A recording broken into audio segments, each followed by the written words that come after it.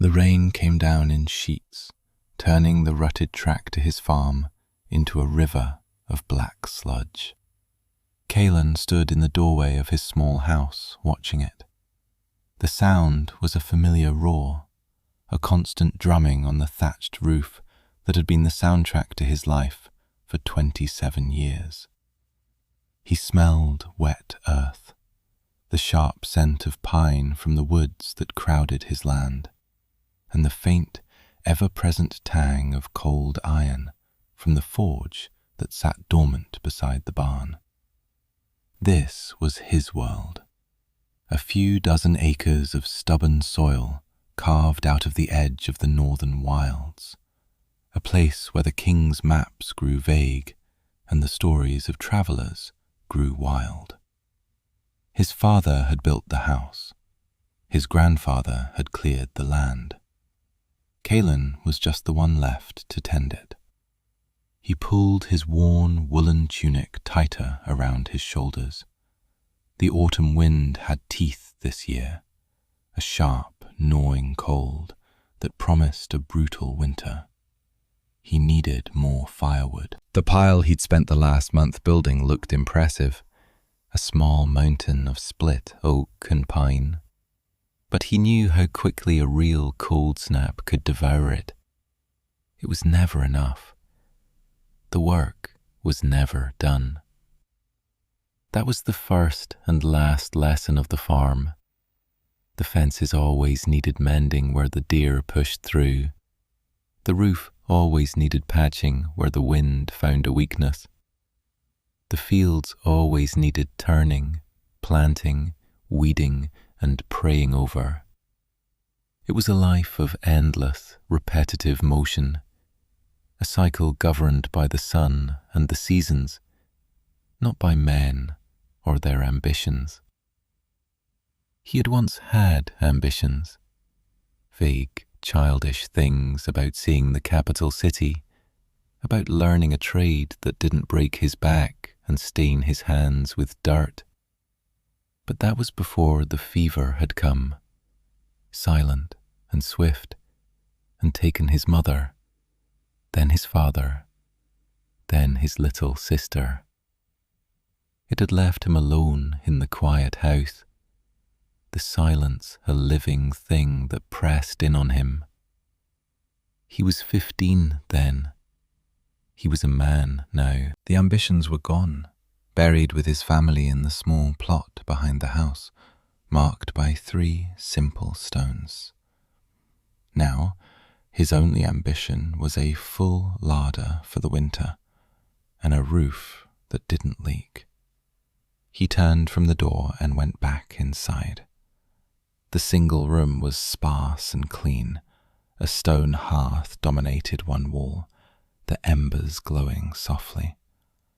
A rough-hewn table and 2 benches stood in the centre. His bed, a simple cot piled with furs, was tucked into a corner. Everything smelled of wood smoke, dried herbs, and the faint, lonely scent of a man living on his own for too long. He stirred the embers, adding a few small logs until a weak flame flickered to life. He filled a kettle from the water barrel by the door and set it on a hook over the fire. Soon, the simple comfort of hot water and a bit of dried mint would be his evening's luxury. It was in this quiet, this predictable rhythm, that he heard it. A sound that didn't belong. It wasn't the wind or the rain. It wasn't the creak of the old house settling. It was a sharp crack, like a heavy branch snapping, but closer. Too close.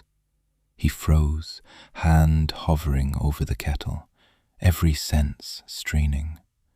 Years of living on the borderland, where the wild things were not just beasts, had taught him to listen, to distinguish the sound of a deer from the sound of a wolf, and the sound of a wolf from the sound of something worse. There it was again, a muffled thud, followed by a low groan that the wind nearly stole. Human. It sounded human, or close enough. His first instinct, honed by a decade of isolation, was to ignore it. Trouble that came in the night, in a storm, was never simple. It was the kind of trouble that latched on and didn't let go. He had nothing worth stealing, but desperate men didn't always know that. He reached for the old wood axe that leaned against the hearth. Its weight was familiar in his hand, a solid, comforting presence. He banked the fire, plunging the room into near darkness, and moved silently to the shuttered window. He eased it open a crack, just enough to peer out into the maelstrom. The rain was a grey curtain, but the world wasn't completely dark. Far off, toward the broken hills that marked the beginning of orc territory, he saw them. Torches, a line of them, maybe a dozen, bobbing and weaving through the trees. A hunting party, and they were moving fast. Then he saw what they were hunting. 3 figures had collapsed not 50 yards from his barn. They were large, bulky shapes, even crumpled on the ground. Not human. He could see the greenish tint of their skin even in the gloom, the powerful set of their shoulders. Orcs. His hand tightened on the axe handle. His blood ran cold. This was not just trouble. This was death walking.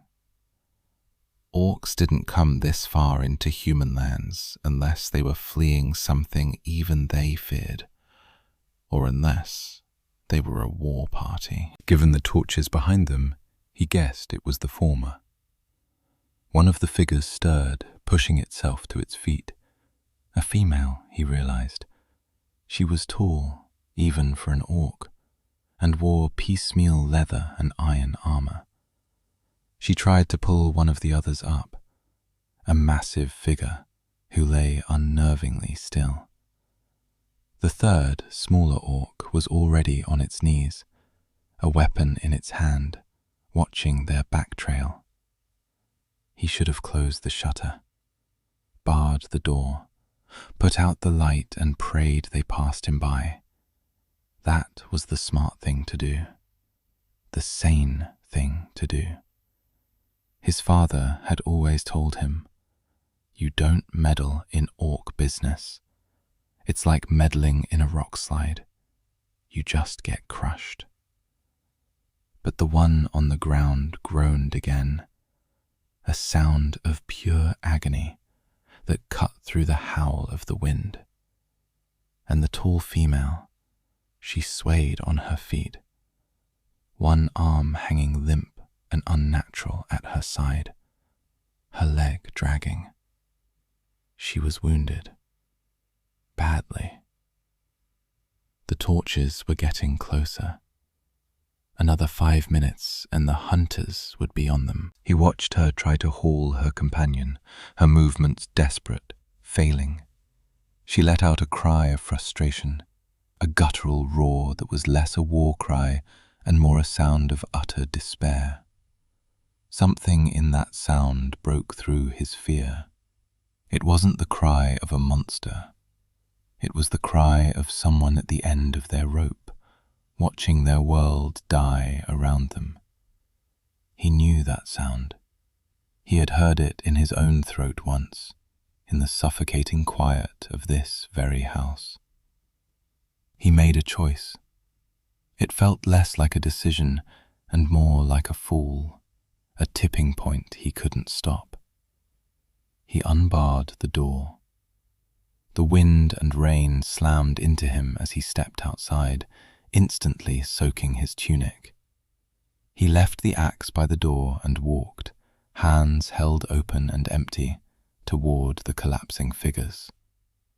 The small orc on watch spun around, baring its teeth in a snarl, a crude-looking blade slick with rain in its hand. "Easy," Caelan said, his voice loud to be heard over the storm. He stopped a dozen feet away, raising his hands higher. "I'm not going to hurt you." The small orc, another female, spat on the ground. Her eyes, burning with hate and fear, were fixed on him. The tall one turned. Her face was a mask of pain, streaked with mud and blood. A deep gash ran down her thigh, bleeding sluggishly. Her left arm was clearly broken, bent at a sickening angle. But it was her eyes that held him. They were dark, intelligent, and filled with a fierce, defiant pride that even her wounds couldn't extinguish. "The barn," he shouted over the wind, pointing. "Get in the barn. They'll pass by. They won't see you." She stared at him, her expression unreadable. Suspicion warred with desperation on her face. The torches were closer now, cresting the small ridge at the edge of his property. "Go," he urged. "Now." The small orc said something in their harsh, guttural tongue. The tall one shook her head, her gaze never leaving Caelan's. She was judging him, weighing his sincerity against a lifetime of hate between their kinds. Finally, she gave a curt nod. The choice was made. His quiet world was over. He had invited the rockslide in. He helped them. The big one, a third female, was dead. There was nothing to be done for her. They left her in the rain, a silent monument to their flight. Caelan and the small orc, Zira he would later learn she was called, half carried, half dragged the leader toward the barn. She was heavy, all dense muscle and bone, and she gritted her teeth against the pain with every jarring step. The barn was dark and smelled of hay, damp earth and livestock. He led them to an empty stall in the back, one he used for storing old tools. It was out of sight from the main doors. "Stay here," he said, his voice low. "Don't make a sound." He didn't wait for a reply. He slid the stall door shut, leaving it unlatched, and hurried back to the house. He threw more wood on the fire, building it up until it cast a warm, inviting glow that could be seen through the window. He put the kettle back on. He sat at his table, a piece of bread in his hand he had no intention of eating. He made himself look like a simple farmer, sitting down to a late meal, oblivious to the world outside. Minutes later, he heard them. Heavy footsteps splashing through the mud. A harsh voice barking orders in the orcish tongue. A fist hammered on his door. Caelan's heart hammered against his ribs. He took a slow breath, stood, and walked to the door. He opened it to find two of them, massive and brutal looking in the flickering torchlight. They were clad in black iron and reeking of wet fur and violence. The leader had a jagged scar across his face and cruel, intelligent eyes. "Human," the leader grunted, the word an insult. He pointed a gauntleted hand toward the hills. "You see others? 3 of them. Females." Caelan kept his face blank. He shook his head. "Just the storm, master." He used the term of subservience without thinking. It was what you did to survive an encounter like this. Make yourself small. Make yourself beneath notice.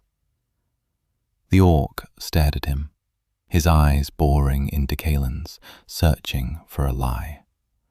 Caelan met his gaze for a second, then looked down at his own feet, playing the part of a frightened peasant. He could feel the heat from the orc's torch on his face. Behind him, he could hear the crackle of his fire, a sound of simple domesticity that felt like a shield. The orc grunted again, unconvinced. He shoved past Caelan and strode into the small house. His eyes swept the room, taking in the single cot, the meagre furnishings, the lonely table. He seemed to find what he was looking for in the sheer poverty of the place. This was not the home of a man who harbored fugitives. This was the home of a man with nothing. He sneered, said something to his companion, and they turned and left, slamming the door behind them. Caelan stood frozen, listening to their footsteps fade as they continued their hunt down the track. He waited until the sound was gone completely, then waited longer, counting to 500 in his head. Only then did he slide the heavy bar across the door. He leaned against it, his legs weak with relief. The lie had held. For now. He grabbed a lantern, lit it, and went back out into the rain. In the barn, he found the two conscious orcs huddled in the dark stall. The small one, Zira, was on her feet the moment he slid the door open, her knife at the ready. The leader, Graka, was propped against the wall, her face pale. He ignored the knife. He set the lantern down and knelt beside the leader. "The arm needs to be set," he said, his voice quiet. "And that leg needs cleaning. It's deep." She just stared at him, her breathing shallow. The bravado she'd shown earlier was gone, replaced by a grim, wary exhaustion. "Why?" she rasped, the single word a raw wound. Caelan looked at her, at the blood and the mud and the pain in her eyes. He thought of the torches, of the casual cruelty in the hunter's face. He thought of his own quiet life, now shattered. He didn't have a good answer. "Because you were in my field," he said, as if that explained everything. "And it's my field." He reached for her arm. The smaller orc hissed, stepping forward. "No," the leader commanded, her voice weak but firm. She didn't look at her guard. Her eyes were still locked on Caelan. "Let him." He gently took her arm. The bone was snapped clean through the forearm. It would be excruciating. He looked at her. "This will hurt." A faint, grim smile touched her lips. "I have felt worse." He braced her elbow against his knee. "On 3. He didn't wait. He pulled, hard and fast. There was a sickening grate of bone on bone, then a solid clunk as it slotted back into place. She cried out, a sharp, strangled sound, her whole body going rigid. Her hand, her good hand, shot out and clamped around his wrist with crushing strength. For a second, he felt the sheer power in her, the warrior beneath the wounds. She could break his bones as easily as he had set hers. Then, just as quickly, the strength fled. Her hand went limp. She slumped back against the wall, panting, sweat beading on her brow. He worked in the dim lantern light, his hands surprisingly steady. He found 2 straight pieces of wood from a broken crate and tore strips from an old grain sack to make a crude splint. He bound her arm tightly, immobilizing it from elbow to wrist. Then he turned to the gash on her leg. It was worse than he thought. The edges were dark, inflamed. poison. Not a fast-acting one, or she'd be dead already. A slow, festering poison designed to cripple and weaken. "I need to clean this," he said. "At the house, I have herbs, boiled water." She was silent for a long moment. He could feel the debate raging inside her. The barn was a hiding place. The house was a trap. But the poison was a death sentence if left alone. "Karga," she said to her other companion, the older, more stoic one he now saw was awake and watching him with cold, assessing eyes. The one he had sought was dead was another, whom they had to leave behind. So there were 3 survivors. "Go with him. Watch." The one called Karga rose. She was broader than the leader, her face a roadmap of old scars. She carried no weapon he could see, but she moved with a coiled lethality that was more menacing than any blade. She fell into step behind him as he led the way back to the house, a silent, deadly shadow. He spent the next hour working at the hearth. He boiled water, adding a poultice of yarrow and comfrey from his dwindling winter stores. The smell filled the small room. He brought the basin of steaming water, the herbs, and clean cloths to the barn. Graka had been moved to a pile of clean hay. She watched him approach, her face a mask. Karga stood guard at the stall door. Zira hovered near her leader's side. He was a prisoner in his own barn, surrounded by a mistrust that was as thick as the humid air. He knelt and began to clean the wound. It was a slow, painful process. He had to wash away the dirt and grime, then carefully probe the gash for any foreign objects. With every touch, her muscles tensed, but she made no sound. She just watched his face, her dark eyes searching for something. Malice, deceit, pity. He offered none of them. He just worked, his focus narrowed to the task at hand. This was like mending a broken tool or tending a sick animal. It was a problem that needed fixing. He cleaned, he applied the poultice, he bound the leg in clean strips of cloth. When he was done, he stood up, his back aching. He gathered the dirty water and soiled rags. "She needs to rest," he said to the open air. "The fever will come from the poison. She'll need water." He left them a bucket of fresh water from the house well and a loaf of hard, stale bread he couldn't spare, but gave anyway. He didn't ask for thanks. He didn't expect it. He just closed the stall door and went back to his empty house, the silence feeling different now. It was no longer empty. It was watchful. He didn't sleep in his bed that night. He sat in the chair by the dying fire, the wood axe in his lap, and listened to the sounds of the storm and the 3 alien heartbeats in his barn. He had saved them from the hunters. He wasn't at all sure he had saved himself. The next day, the storm broke. A watery sun tried to push through the clouds, turning the drenched world to silver and grey. Caelan rose, his body stiff, and went about his chores. He fed the chickens, milked his one scrawny goat. He moved with a deliberate, practiced calm, acting as if nothing had changed. But everything had. Every sound made him jump.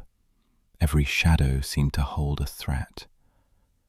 When he approached the barn, Karga was waiting for him, standing just inside the main door. She watched him, her arms crossed over her massive chest, She didn't speak. She just watched. It was a clear message. This is our space now.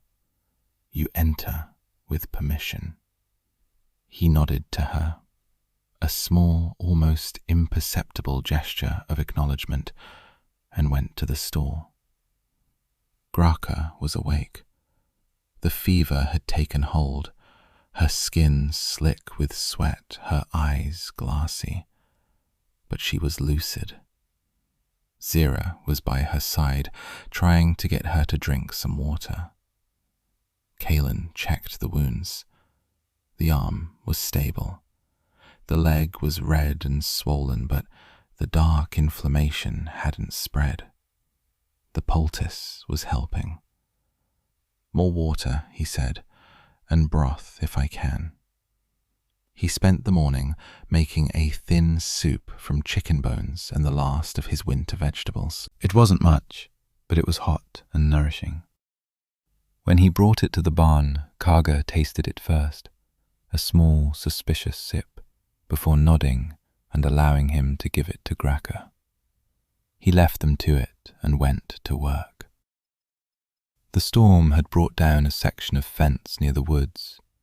He gathered his tools, a post-hole digger, a mallet, his axe, and began the laborious process of repairing it. He worked with his back to the barn, acutely aware of the eyes he could feel on him. After an hour, he heard a sound behind him. He turned to see Zira. She stood there for a moment, then walked to the woodpile. She picked up his spare splitting axe. It looked like a toy in her hand. With a grunt, she began to chop wood. She worked with a brutal, efficient rhythm, each swing of the axe landing with devastating force. Oak rounds that would have taken Caelan 2 or 3 solid hits to split, she cleaved in a single blow. She didn't speak to him. She didn't look at him. She just worked, her movements a furious, controlled storm of energy. A while later, Karga emerged from the barn. She watched Zira for a moment. Then her eyes fell on the broken fence Caelan was struggling with. One of the posts needed to be replaced, and he was having trouble digging a new hole in the rocky, waterlogged soil. Karga walked over. She took the post-hole digger from his hands. He let it go without a word. She hefted it, found her footing, and drove it into the earth with a powerful grunt. The tool sank a foot deep. She pulled it out, clearing the dirt, and drove it down again. And again. In 5 minutes, she had dug a hole that would have taken him an hour. She dropped the tool, kicked the new post into the hole to test its depth, gave a satisfied grunt, and walked back to the barn. Not a word was exchanged, but it was a conversation. It was a transaction. He had provided sanctuary and care. They were paying their way. In the harsh, practical calculus of their world, and his, it was the only language that mattered. That evening, he shared his meagre meal with them. He brought a pot of thin stew to the store. He sat on an overturned bucket while they ate, the 3 of them sharing the single bowl he'd brought, taking turns. The silence was heavy, but it was no longer entirely hostile. It was observant.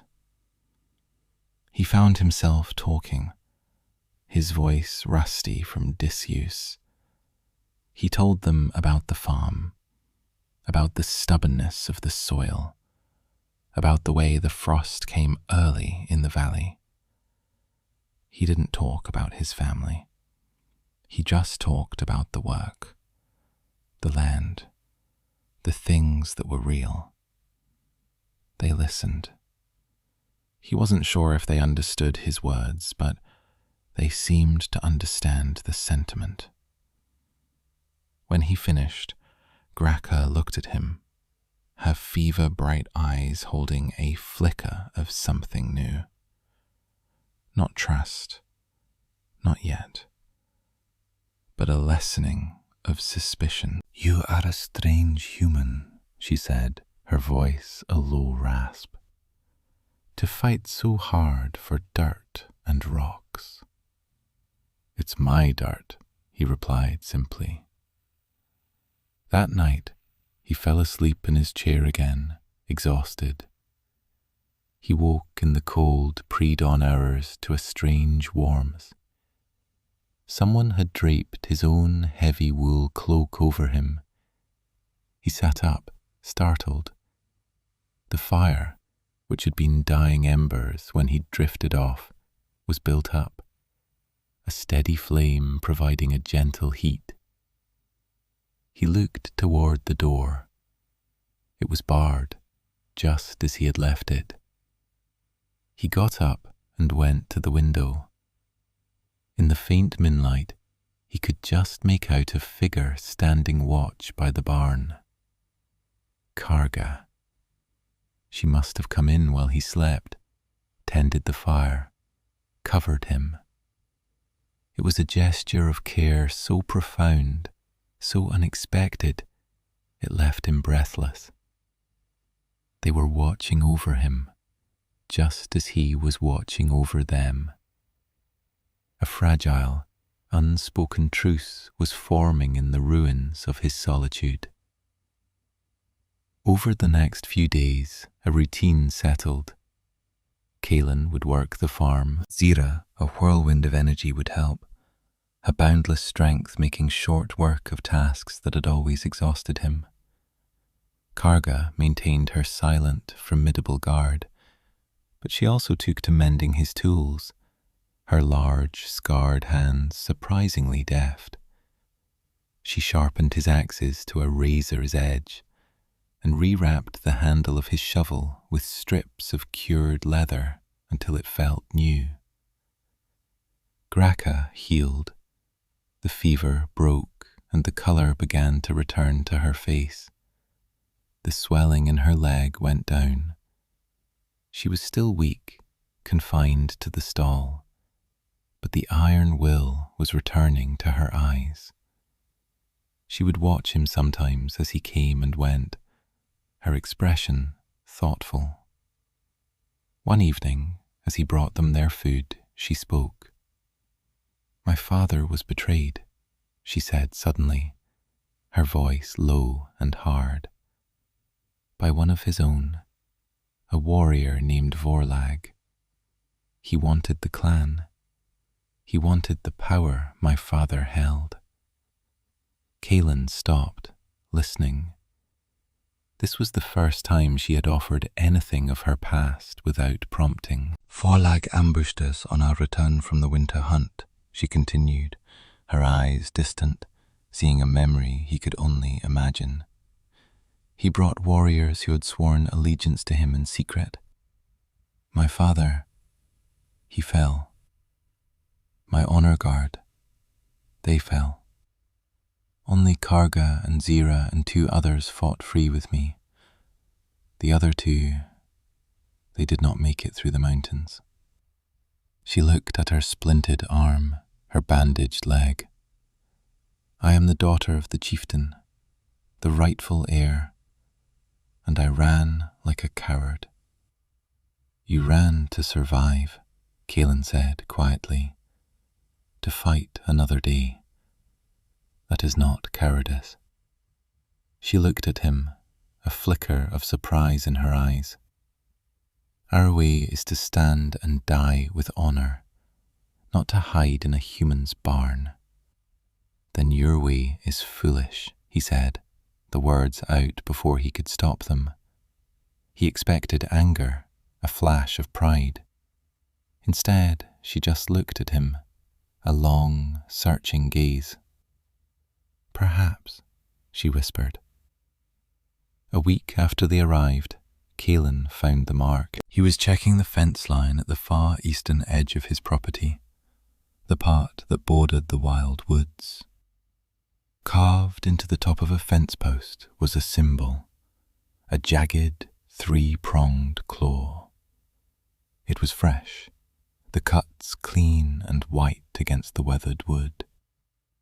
It wasn't the mark of any animal he knew. It was deliberate, a sign.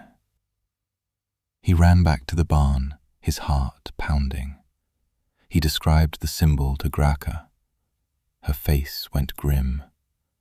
Karga, standing nearby, let out a low curse.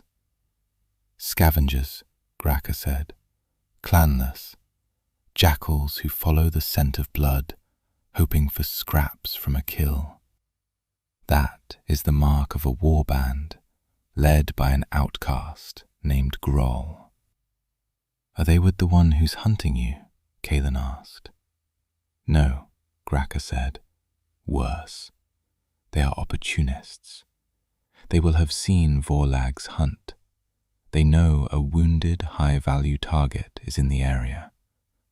They are not looking for me specifically. They are just looking for trouble to profit from. The fragile peace of the farm was shattered. The threat was no longer a distant line of torches.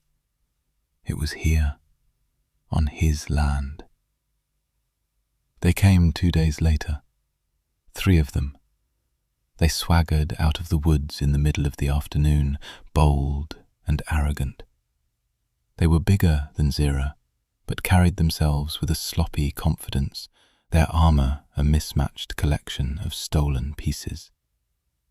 The leader, a hulking brute with a flattened nose and a cruel mouth, was presumably Groll. Caelan was near the house, splitting the last of the logs Zira hadn't gotten to yet. He saw them coming, and his blood turned to ice. He stood his ground, the splitting axe held loosely in his hand. Human, Groll grunted, stopping a few feet away. His eyes scanned the small farm, his expression one of contemptuous ownership. This is your land? It is, Caelan said, his voice steady. We need food, Groll said. It wasn't a request. And drink. I have little to spare, Caelan said. Groll laughed, a wet, ugly sound. We will be the judge of that. He started to push past Caelan toward the house. Then he stopped. His eyes had fixed on the barn. The main doors were slightly ajar. From within, there was a faint glint of movement. Groll's eyes narrowed. He sniffed the air like a predator catching a new scent.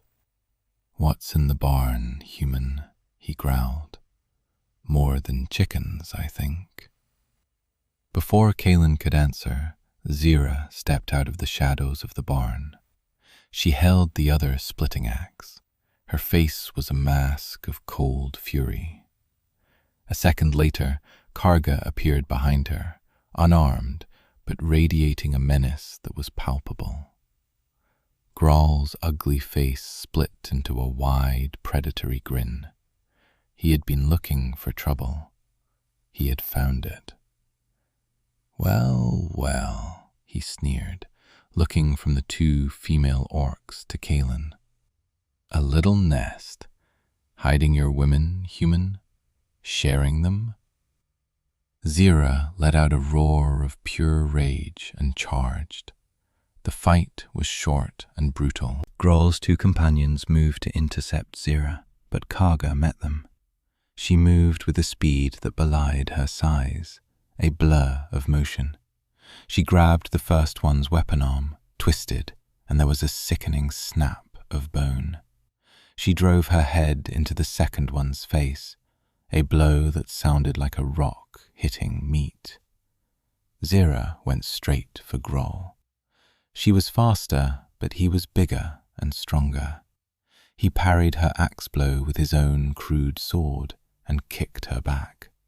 She stumbled, recovered, and came at him again, a whirlwind of fury. Caelan was frozen for a second, a spectator to the savage violence that had erupted on his quiet patch of earth. Then Groll backhanded Zira, sending her sprawling, and raised his sword for a killing blow. Caelan moved. He didn't think, he acted.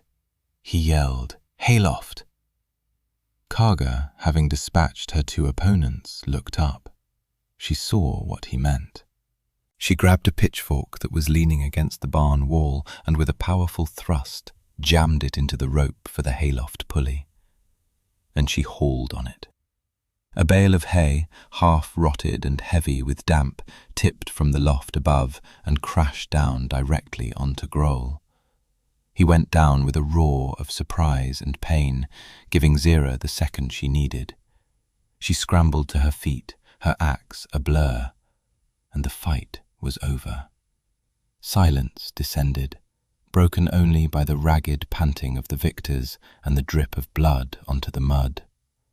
3 bodies now lay on Caelan's land. Karga pulled a tattered banner from the belt of one of the dead orcs. It was a grimy piece of cloth, but the symbol on it was clear. Not the 3-pronged claw of the scavengers. It was a black, stylized wolf's head. Karga stared at it, her face going pale beneath its green tint. She took it to the barn, her movements stiff. Caelan and Zira dragged the bodies into the woods, a grim, silent task. When he returned to the barn, the atmosphere had changed. The air was thick with a new, terrible tension. Graka was on her feet, supporting herself against the stall wall. She was holding the banner. Her face was like stone. "This is not Groll's mark," she said, her voice dangerously quiet. "No," Karga said. "It is the mark of the wolf's head, Vorlag's personal guard." Caelan felt a cold dread creep up his spine. "I thought you said they were scavengers." "They were meant to look like scavengers," Graka said, her eyes boring into him. This was a test, a probe. Vorlag is not just hunting us. He is methodical. He sent them to see what resistance was here, to confirm we were here. The full, crushing weight of his situation fell upon Caelan. This wasn't some random encounter.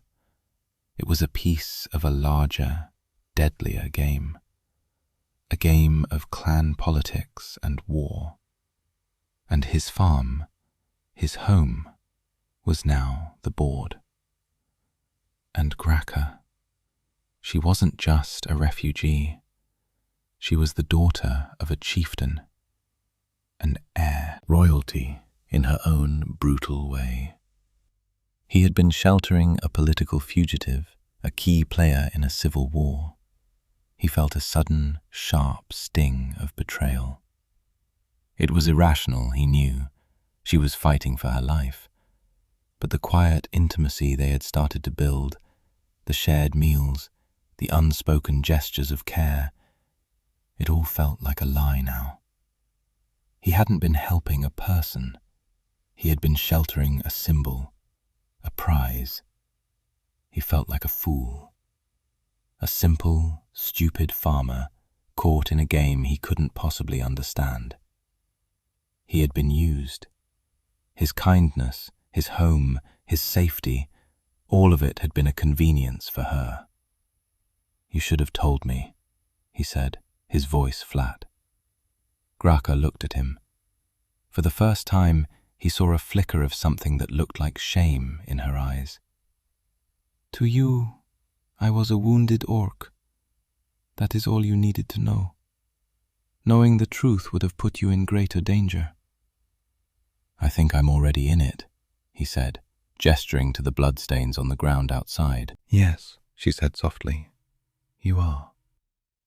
The silence that followed was broken by a sound from the distance, a sound that made Caelan's blood run cold.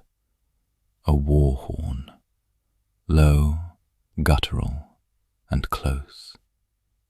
Karga ran to the edge of the barn and peered out toward the woods. She turned back, her face grim. "They are here, the main party, Vorlag himself." Graka straightened up, her hand going to the hilt of a sword Caelan hadn't realized she had, a fine, well-balanced weapon that had been hidden in her bedroll. The time for hiding was over. "He will burn this place to the ground to get to me," she said to Caelan. Her voice was not apologetic. It was a statement of fact. "This is my home," he said, a useless, pathetic protest against the coming storm. "It was," she replied, her eyes filled with a strange mix of pity and respect. "Now it is a battlefield." They came not like the scouts, but like a flood. 24 of them, maybe more. Warriors clad in black iron, moving with disciplined purpose. They surrounded the farm, their torches turning the twilight into a hellish orange glare. At their head was a massive orc on a huge, shaggy steed. He wore ornate, blackened plate armor and a helm shaped like a snarling wolf. Vorlag. "Graka!" His voice boomed across the clearing, a sound of raw power and arrogance. "Daughter of a weak fool, your hiding is over. Come out and die with the honor your father lacked." Inside the barn, Graka pushed herself away from the wall. She was still injured, her movements stiff, but the fire in her eyes burned brighter than ever. "Zira, Karga, to me," she commanded. The 2 warriors flanked her, weapons ready. They were hopelessly outnumbered. It was a last stand. Caelan stood there, his world literally being surrounded by fire and death. He could run, maybe. Slip out the back, into the woods, let them have their war. This wasn't his fight. He was just a farmer. He looked at his house, the small, sturdy building his father had raised. He looked at the fields he had tilled his entire life. He looked at Graka, standing proud and defiant even in the face of certain death. He had invited the rock slide in. He could not now complain about being crushed.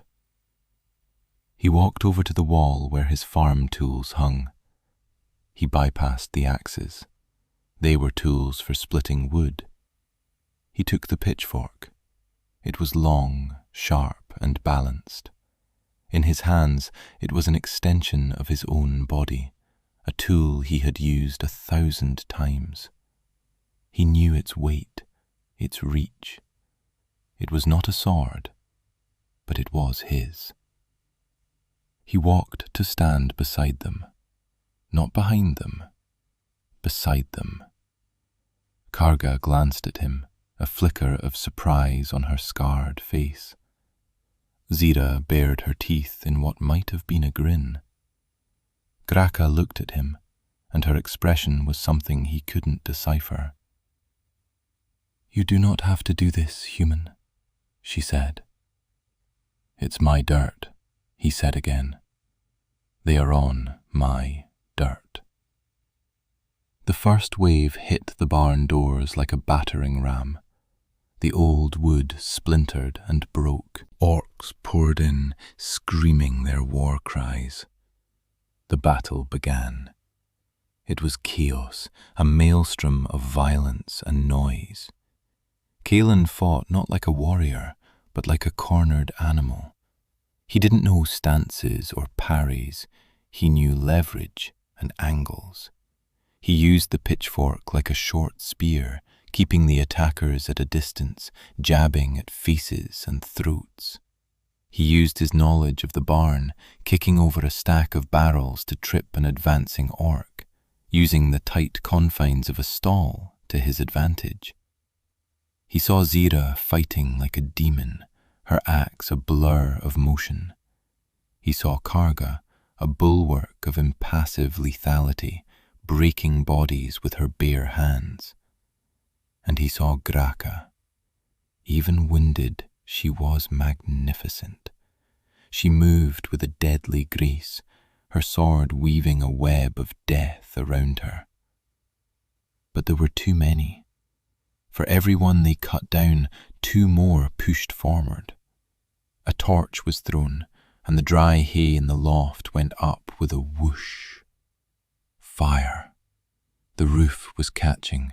Smoke filled the air, stinging his eyes. They were pushed back, out of the burning barn and into the open yard. Forlag watched from his horse, a pleased, cruel smile on his face. He had flushed them out. Caelan took a blow to the side, a glancing hit from a club that sent him stumbling. His ribs screamed in protest. An orc loomed over him, raising a jagged sword. Before it could fall, Graka's blade slashed across its throat. She stood over him for a second, her chest heaving. "Stay behind me," she yelled. "No," he gasped, pushing himself to his feet, gripping the pitchfork. It was then that Forlag dismounted. He drew a massive, 2-handed axe and strode toward them, his warriors parting to let him through. He ignored Karga and Zira. His eyes were only for Graka. "Now, little heir," he snarled, "it ends." He and Graka circled each other, the eye of the storm. The fighting around them seemed to slow as everyone watched. This was the true battle. Forlag was bigger, stronger, uninjured. Graka was faster, more skilled, but wounded and exhausted. She parried his first brutal swing, the impact jarring her entire body. She was driven back. He pressed his advantage, his axe a whirlwind of relentless, brutal blows. Caelan saw it happening. Graka was failing. Her bad leg was giving way, her defense was growing desperate. He had to do something. He was no match for Vorlag. A direct attack was suicide. He looked around wildly. His eyes fell on the forge. The forge. He ran, not away, toward the small stone building beside the barn. An orc warrior tried to stop him, but Karga intercepted, her body slamming into the warriors with the force of a battering ram. Caelan burst into the forge. It was cold and dark. He fumbled for the chain to the big bellows. He gave it a single, desperate pump. A cloud of fine, black coal dust settled from years of disuse, puffed up from the cold hearth. He grabbed the largest leather pouch he could find, one he used for carrying seed, and scooped it full of the black dust. He ran back out into the chaos. Vorlag had beaten Graka to her knees. He stood over her, his axe raised for the final, triumphant blow. "For the clan!" Vorlag roared. Caelan didn't shout. He ran past them, toward the biggest torch he could see, one held by a warrior watching the duel. As he passed Vorlag, he threw the contents of the pouch straight into the chieftain's face. A cloud of black dust enveloped Vorlag's head. For a second, nothing happened. Then a stray spark from the nearby torch hit the airborne coal dust. The result was a deafening thump. A fireball erupted, engulfing Vorlag's head and torso in a flash of brilliant, searing flame. He screamed, a high, terrible sound, dropping his axe and clawing at his burning face and helm. The moment of shock was absolute. Every orc, friend and foe, stared in stunned horror. The moment was all Graka needed. She surged up from the ground, her sword a silver streak. She drove it deep into the gap in Vorlag's armor under his arm. The usurper chieftain collapsed, twitching, and then lay still. Silence. A profound, ringing silence fell over the battlefield, broken only by the crackle of the burning barn and the whimpering of the dying. Vorlag's warriors looked at their fallen leader. They looked at Graka, standing over him, bloodied but victorious. And they looked at Caelan, the strange, small human with a pitchfork covered in soot. Graka raised her sword, its tip dripping with Vorlag's blood. Her voice, when she spoke, was not a shout. It was low, resonant, and carried across the entire yard with an undeniable authority. "Vorlag is dead," she declared. "His betrayal is ended." She turned, and her eyes found Caelan. She pointed at him with her sword, not as a threat, but as a declaration. "This human," she said, her voice cutting like iron. "He stood when warriors fled. He fought when hope was lost. He is no throng. He is no slave." She took a step toward him, her gaze sweeping over the assembled orcs, both her own and Vorlag's. "He is Caelan of the Hearth, and he stands with me. His place is at my side, not at my feet. Any who follow me, follow him. Any who defy me, defy him. This is my word." It was a challenge, a political statement, a revolution in a single breath. In her world, a human was less than dirt, a tool at best. She had just named him her equal, her partner. The silence stretched. Then Karga stepped forward and slammed her fist against her chest in a salute to Graka, her eyes on Caelan. Then Zira did the same. One by one, then in groups, Vorlag's warriors, leaderless and defeated, lowered their weapons and did the same. They were not saluting him. They were acknowledging her word, acknowledging the new order she had just declared. Caelan stood there, his pitchfork still in his hand, his ribs aching, his home burning behind him. He looked at Graka, at the queen standing in the ruins of his life, and he felt not fear or anger, but a strange, terrifying sense of purpose. After the battle, what was left of it, Graka approached him. The remaining warriors were tending the wounded and gathering their dead. The fire had consumed the barn and was now licking at the roof of his house. Everything was lost. "My clan is broken," she said, her voice weary. "What is left of it is scattered in the hills. We must go. We must rally them. I offer you a place with us. You will be protected. You will want for nothing." Caelan looked at the smoking ruins. He had nothing here anymore. The fields would be reclaimed by the wild. The house would fall. His past was turning to ash.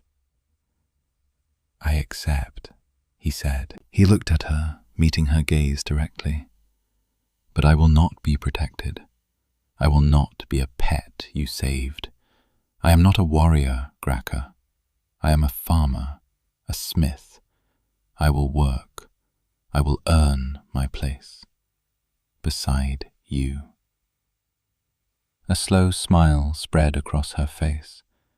It was the first time he had seen her truly smile.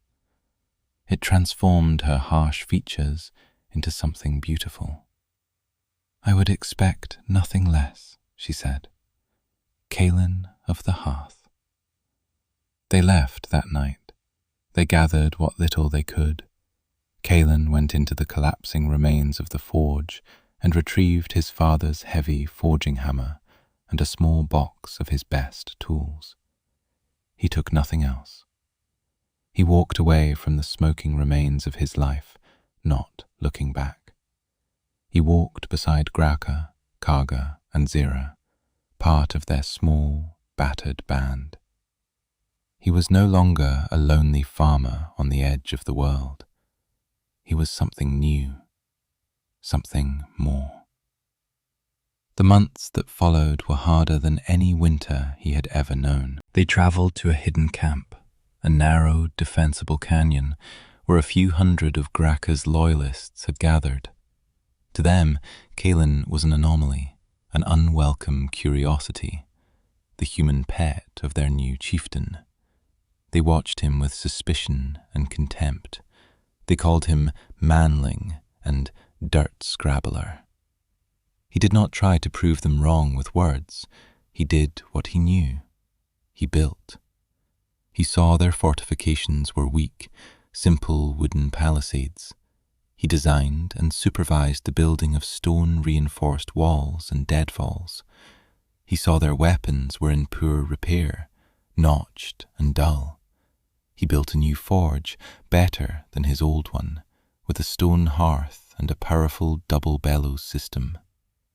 Day after day he stood in the heat and smoke, his father's hammer rising and falling. He mended swords, straightened spearheads, and forged new axe heads from scrap iron. He didn't make the ornate, brutal weapons they prized. He made practical, balanced tools of war, an axe that wouldn't tire the arm, a spear that flew true. Slowly, grudgingly, they began to see. They saw the walls that held against a probing raid. They felt the new balance in a mended sword. The warriors started coming to him not with contempt, but with requests. They started calling him Smith, then Caelan Smith. The off-the-hearth part was still Graka's alone, a title too intimate for them to use. But the respect was there, forged in fire and sweat, just like his steel. He did not try to be an orc. He remained himself, quiet, diligent, observant. He learned their ways, not to adopt them, but to understand them. He learned that their concept of honor was a complex thing, a mixture of personal pride, loyalty to the clan, and a deep-seated fear of showing weakness. He saw that Graka's declaration at the farm had not been just about him. It had been a blow against that rigid system, a statement that strength came in many forms. One evening, she came to the forge. He was working late, finishing a new set of buckles for her armor, which had been damaged in a recent skirmish. The camp was quiet around them, the sounds of the forge the only industry. She stood and watched him work, just as she had in the early days in his barn. But the suspicion was gone, replaced by a comfortable, familiar silence. "It is finished," he said, quenching the last buckle in the slack tub. He turned and walked over to where she stood. Her armor was on a stand, and he began to fit the new pieces. His hands moved with practiced ease, fastening the thick leather straps. The moment was a perfect echo of that first night when he had tended her wounds. His hands on her, providing care. But this time, there was no pain, no fever, only the quiet trust between them. He fastened the last buckle on her pauldron, his fingers brushing the skin of her neck. A current passed between them, a warmth that had nothing to do with the forge. He stepped back. He picked up a new axe from the workbench beside them. It was his finest work yet. The head was perfectly weighted, the edge honed to a terrifying sharpness. The handle was carved from ironwood, shaped to her grip. He offered it to her, holding it flat on his palms. She took it. Her fingers closed around the handle, and her hand closed over his for a moment. Her touch was warm and strong. "They said a human could not understand honor," she said, her voice a low rumble that was for him alone. She tested the weight of the axe, a small, deadly smile on her lips. "They said strength was only found in battle." She looked at him, her dark eyes holding his. They were wrong. He was no longer just a farmer. She was no longer just an exile. In the ruins of his old life, they had forged a new one, together. He was Caelan of the Hearth, and he was finally home. Did you enjoy the story? Subscribe to the channel to watch more stories like this one. Leave a like, it helps the channel a lot. And drop a comment down below. I always read them and use your feedback to make our content better. Thanks so much.